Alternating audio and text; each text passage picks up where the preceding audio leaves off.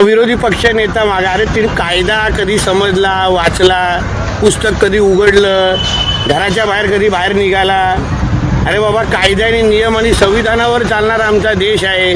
त्याला एक संख्या लागते तरच विरोधी पक्ष नेता. संविधानाची भाषा आता हे दीड शाळे करायला लागलेत. ज्यांच्या पक्षाने आणि ज्यांनी संविधान वेळोवेळी पायदळी तुडवलं ती लोक आता संविधानाची भाषा बोलत आहेत. ही लोकशाहीची थट्टा आहे. नितेश राणेंना एकच सांगतो की 2.5 वर्ष देवेंद्र फडणवीस ज्या उपमुख्यमंत्री पदावर बसले आणि आज जे 2 उपमुख्यमंत्री तुम्ही महाराष्ट्राच्या उरावर बसवलेत ते उपमुख्यमंत्री पदच असंवैधानिक आहे.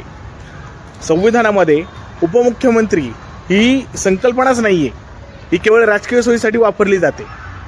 आता तुम्हीच एवढे कायदे पायदळी तुडवतात आणि तुम्ही वर तोंड करून बोलतायत, म्हणजे तुमची बुद्धिमत्ता किती हा पहिला प्रश्न येतो. त्यामुळं नको ती फडफड करू नका. अगोदर तुमच्याच भावानी जो एक तुमच्या पक्षाचा एक निवडणुकीतला घोटाळा बाहेर काढला आहे, जी तुमच्या कार्यकर्त्याच्या घरात पैशाने भरलेली बॅग सापडली आहे, त्याच्यावर आधी बोला, मग बाकीच्या गोष्टींवर तोंड उघडा. जय महाराष्ट्र.